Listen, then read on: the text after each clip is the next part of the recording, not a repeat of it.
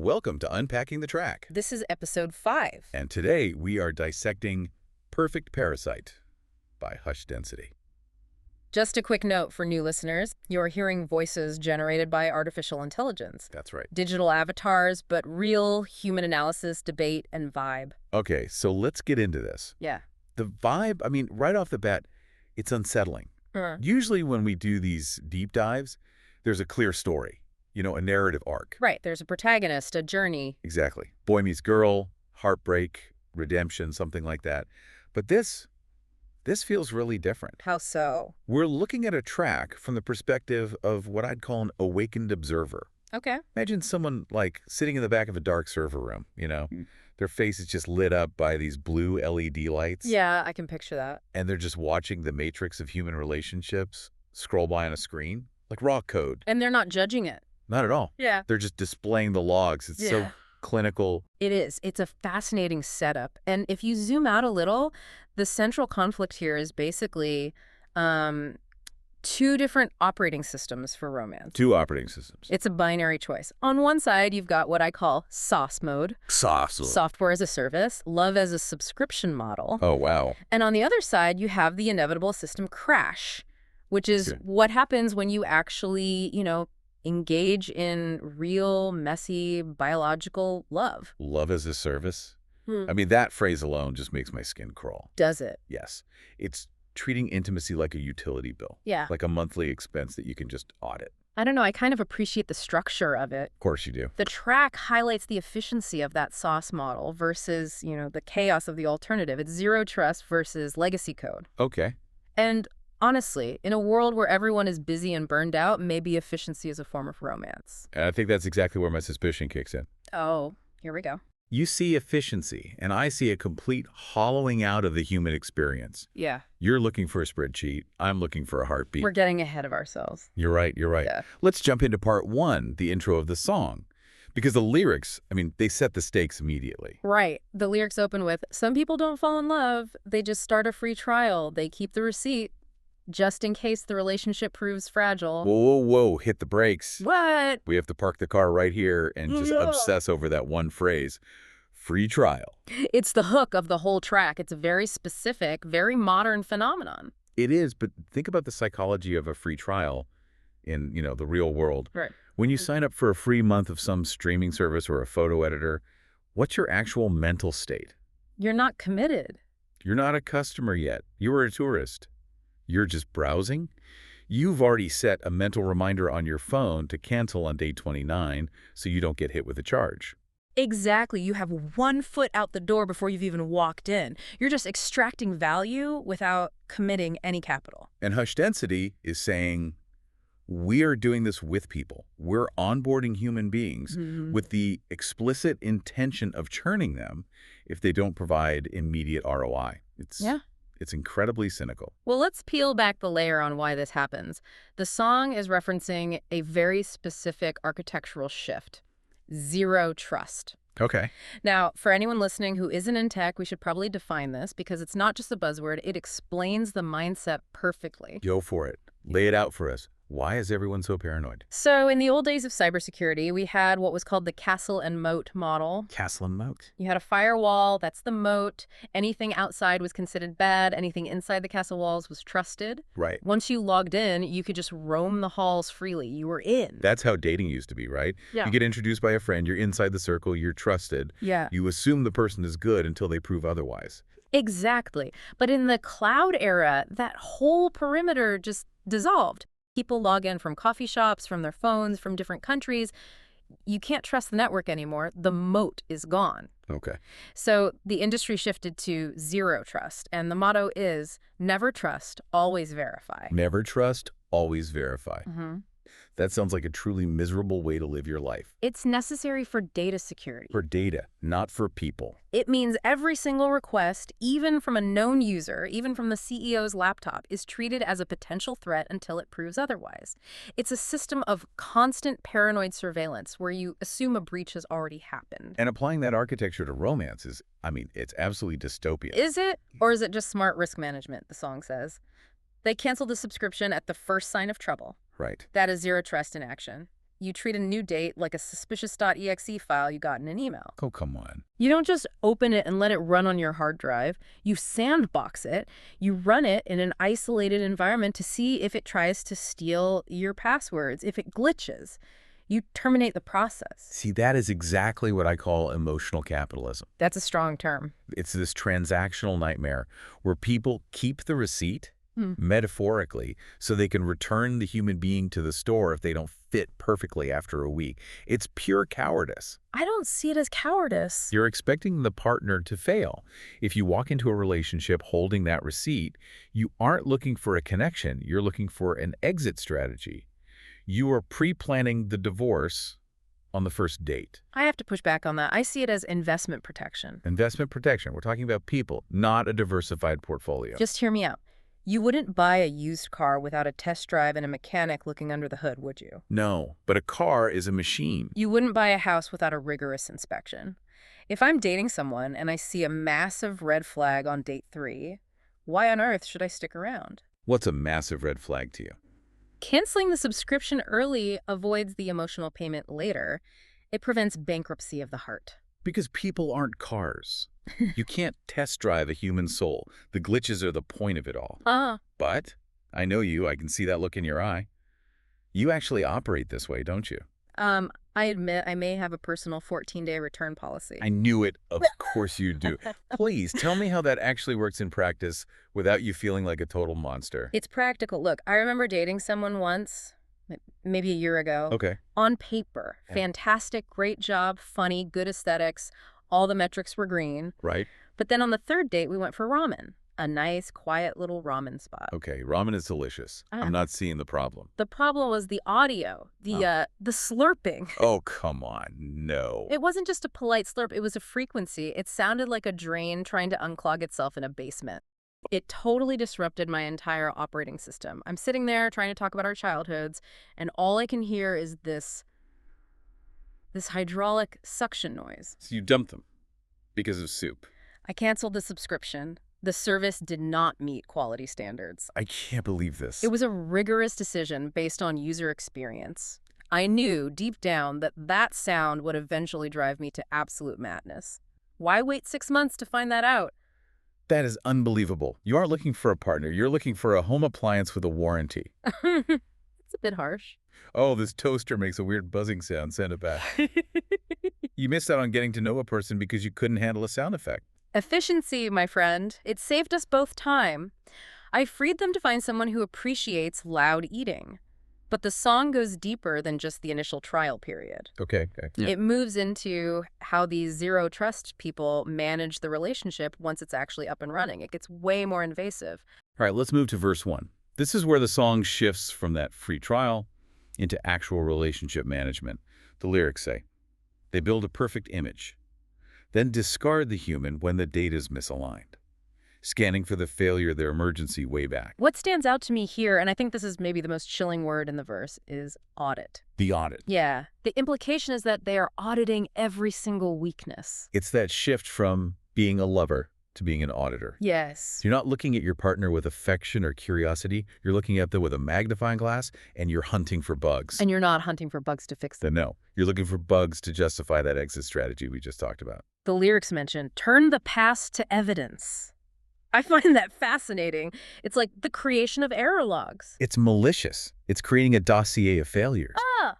Remember 3 years ago when you forgot my birthday? Logged, time-stamped, evidence. You aren't forgiving, you are archiving. But then comes the technical metaphor that really drives it home. The song implies they trigger old trauma just to justify withdrawal. This is the force quit. Exactly. For anyone who isn't glued to a computer all day, let's explain the force quit. Please do. On a Mac, it's Command plus Option plus Escape. On Windows, it's Alt plus F4, or the Task Manager. It's what you do when an application is frozen or lagging or just not doing what you want it to do fast enough. You kill it. You don't save your work, you don't close it gently, you kill the process instantly. And in the context of the song, it's actively provoking an argument, maybe pushing a button, hurts them, just to prove that the system is unstable. You poke the bear roars, and then you get like, they see, the bear's aggressive, I have to leave. I'd call it a stress test. In engineering, we stress test bridges. We put massive amounts of weight on them to see where they crack. It's manipulation. You are cracking the bridge on purpose. Look, if I'm running a server that holds critical data, my life, my future children, my finances, I need to know it can handle a DDoS attack. A what? A denial of service attack. A flood of traffic. If the relationship crashes because of one argument, one so-called tantrum or stress test, how is it going to survive a real crisis, like a mortgage or a health scare or losing a job? You are justifying breaking a person just to prove they are breakable. If you hit anything hard enough, it breaks. That doesn't mean it was weak. It means you are being violent. You're creating the very failure you're so afraid of. Or it means the infrastructure just wasn't robust enough to handle my requirements. Unbelievable. I have to tell you about a friend of mine. We'll call him the architect. He is the living embodiment of this lyric. He's very similar to you, actually. Oh, yeah. Handsome and intelligent. Traffic. Calculating and cold. He was dating this woman for about 3 weeks. Things were going great. They had chemistry. They liked the same movies. The vibes were immaculate. Okay, I hear a but coming. A massive but. She was applying for a new job and asked him to proofread her resume. Uh-huh. He opens the file, and his face just goes pale. What? Did she lie about her degree? Did she misspell her own name? It's worse. She used Comic Sans. Oh. Not for the body text, for the headers. Groans. Oh, no. See, that is tough. That is a serious lapse in judgment. It's a font. It is just a font. But the architect didn't see it that way. He didn't just tell her to change it. He didn't offer a design tip. He essentially executed a force quit on the entire relationship. He dumped her over typography. He told me later, and I am quoting him verbatim here, "System compromised. Taste not found. Delete." Taste not found. That is brutal, but also kind of hilarious. It's psychotic. You're throwing away human connection because of a drop-down menu choice in Microsoft Word. Look, I'm not saying he's right, but I am saying I understand. To him, that wasn't just a font. It was diagnostic evidence. It was a flag in the code that suggested the underlying operating system, her judgment, her aesthetic awareness was flawed. So what? And if she uses Comic Sans there, what other terrible decisions is she making? That is diagnostics at a level of pure absurdity. It's just looking for a reason to be alone. It is absurd, but it leads us perfectly into the chorus, which is where we find out what these people are actually looking for. Because if Comic Sans is a deal breaker, what is the goal? The chorus. This is the core of the song. Cancel, delete, repeat, looking for a heart that doesn't beat. Find the perfect parasite. This is where a listener might get confused. We need to clarify who or what the parasite really is. Yes. When you first hear that line, you think the parasite is the bad axe. You think, oh, I dated a parasite, they sucked all my energy. But that's not what Hush Density is saying at all. The twist is much darker. No. The twist is that the parasite is the illusion of the ideal. Exactly. The parasite is the fantasy. It's the idea of the perfect person that is latched onto your brain and is feeding off your ability to connect with reality. Right. The zero trust person is looking for someone with no past, no trauma, no baggage. The lyrics say it. Looking for a heart that doesn't beat. Because a beating heart is messy. It has a rhythm, it speeds up, it slows down, it can stop. They want a flat line of perfection. They want a sterile doll. They want an NPC. An NTC, a non-playable character. For the non-gamers listening, you should probably explain what you mean by that. Right, so in a video game, an NPC has a set script. They stand in one place. You walk up, you press a button, and they say, "Welcome, traveler." Right, they have 3 lines of dialogue. They never have a bad day. They never challenge you. They never get stuck in the textures of the wall. They are perfectly predictable. And they never ask you to change. Exactly. They are just props in your story. But that's not a relationship. That's a simulation. The song says they swipe left, swipe right, looking for this. They take the free trial. They realize the person is a human being with needs and flaws, with bugs, and then they just cancel. And the parasite is that impossible expectation that forces them to reject every real person they meet. Because nobody can compete with the NPC in their head. But is it really so wrong to look for someone without bugs? I mean, honestly, I don't want a blue screen of death in the middle of my vacation. I don't want a meltdown. I want stability. If wanting a partner who functions correctly makes me a villain, then lock me up. If a heart has no bugs, it means it isn't beating. You're looking for a mannequin. You want something you can put in the corner that looks nice and doesn't ask for anything. That isn't love. That's furniture shopping. Stability is not furniture. But okay. Let's look at the alternative. Because the song isn't just a critique. It offers a choice. Verse 2 introduces the others. Yes, the people who don't read the return policy. Some others rush the fire, they gamble on the heartbeat, they accept the glitches, don't erase the past. This is the counter-argument. If the first group is zero trust, this group is running on legacy code. Legacy code. And I love this metaphor because in the tech world, legacy code is a really complicated term. Usually it's an insult, right? It means old junk that no one wants to touch. Not always. Oh. See, legacy code is the code that is actually paying the bills. It's the banking mainframe written in COBOL back in the 1980s that still processes every single credit card transaction you make. Okay. It's messy. It's what we call spaghetti code. It's tangled. It's been patched over 1,000 times. It's totally undocumented. It's ugly under the hood. It is hideous. If you looked at it, you'd scream.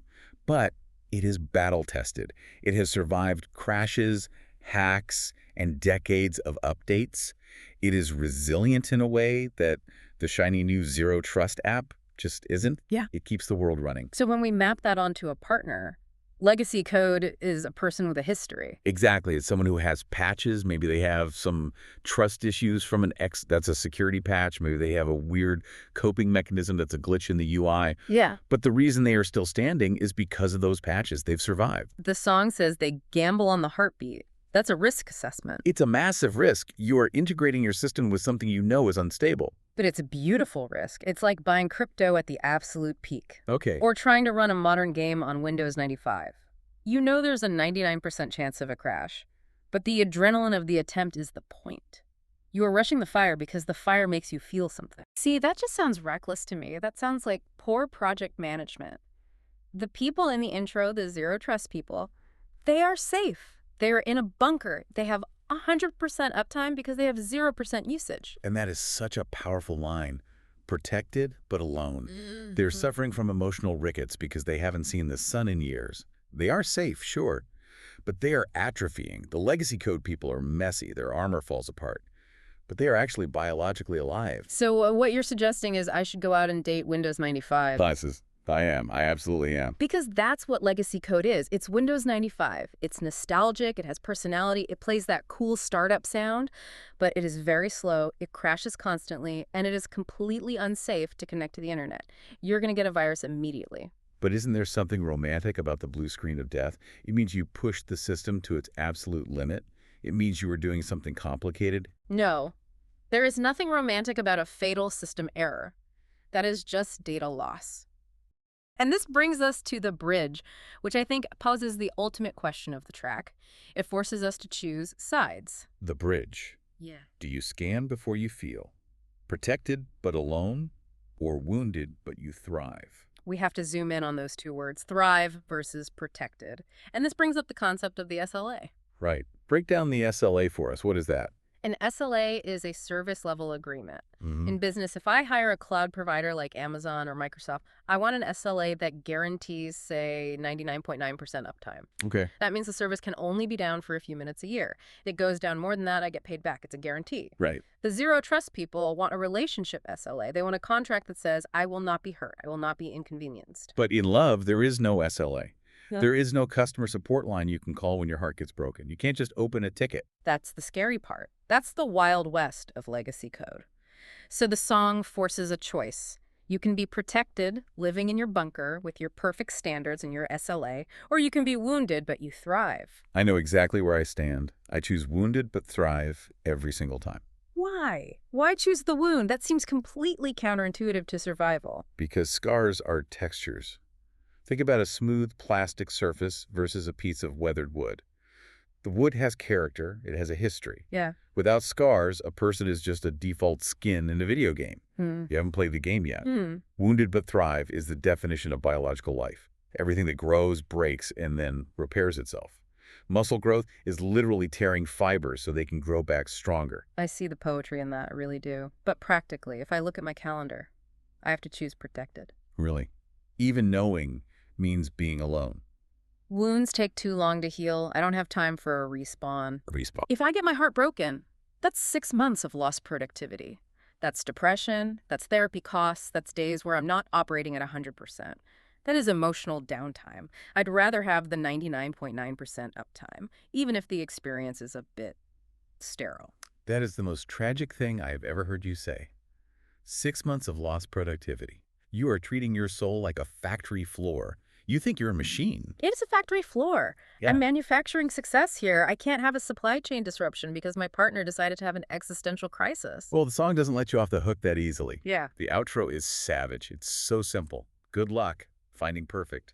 Or touch the fire. That good luck is doing a lot of heavy lifting there. It's the most sarcastic good luck in the history of music. It's the narrator looking at all the zero trust people, holding their little receipts, looking for their refund at the customer service desk of life, and just saying, yeah, good luck with that. Because the search for a heart that doesn't beat, the bug-free partner, is an endless quest. It's an infinite loop in the code. Because only a dead heart doesn't have bugs. We established that. Right. So the observer offers the final choice. Cancel, delete, repeat, or gamble on a heart that beats.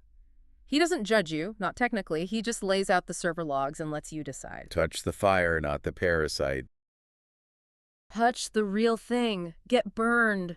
Feel something real. Stop feeding the parasite of perfection that lives in your head. Consensus we can both agree on, despite our different approaches. Even I, the lover of SLAs, have to admit this. Bugs are features. In this context, yes. If you are looking for a partner with a 100% reliability rating and a 99.9% SLA, You should buy a toaster. exactly, buy a toaster. It will toast your bread perfectly every time. It will never argue with you about politics. It will never have a past trauma that resurfaces during a movie. And it won't use Comic Sans. It will not use Comic Sans. No. But it also won't hold your hand. It won't surprise you. It won't make you laugh until your sides hurt. Yep. Human relationships are always a security risk. That is the fundamental truth. You give someone the root password to your entire system. They could destroy it. They could format your drive. But you do it anyway. Because the alternative is just staring at a blank screen. You don't. And that is the choice the listener has to make. Which brings us to the most important part of this whole deep dive. We need to know where you stand. We have a poll running for this episode, and we are genuinely curious about the breakdown here. Yes. Check the poll question in your app. It's usually right below the episode description on Spotify. The question is this. What is your relationship style this season? And we are giving you two options. Option 1, zero trust. You audit first. You want guarantees. You keep the receipt. You are protecting the asset. Or option 2, legacy code. You accept all the bugs, all the glitches, and all the crashes because you want the system to be alive. You're willing to risk the crash for the connection. We put this up in the poll. We need to know where you stand. Are you option 1 or option 2? Go vote. I'm betting our listeners are risk takers. I think they're legacy code people. They want the mess. I don't know about that. I think there's a lot of silent and zero trust users out there who just want a quiet life and some good cable management. Go vote and prove one of us wrong. And if you're not on Spotify, or if you have way more to say than just a simple vote, drop a comment. We read everything. Tell us your side of the story below. We want the details. We want the logs. This track, Perfect Parasite, it's really a mirror. It forces you to look at how you connect. Are you a user or are you a participant? It's a brilliant piece of analysis on modern intimacy. Hush Density just completely nailed the technical anxiety of love. Absolutely. So thank you for joining us on this dissection. It's been real. Or maybe it's just been a simulation. Thanks for listening to Unpacking the Track. Catch you on the next deep dive.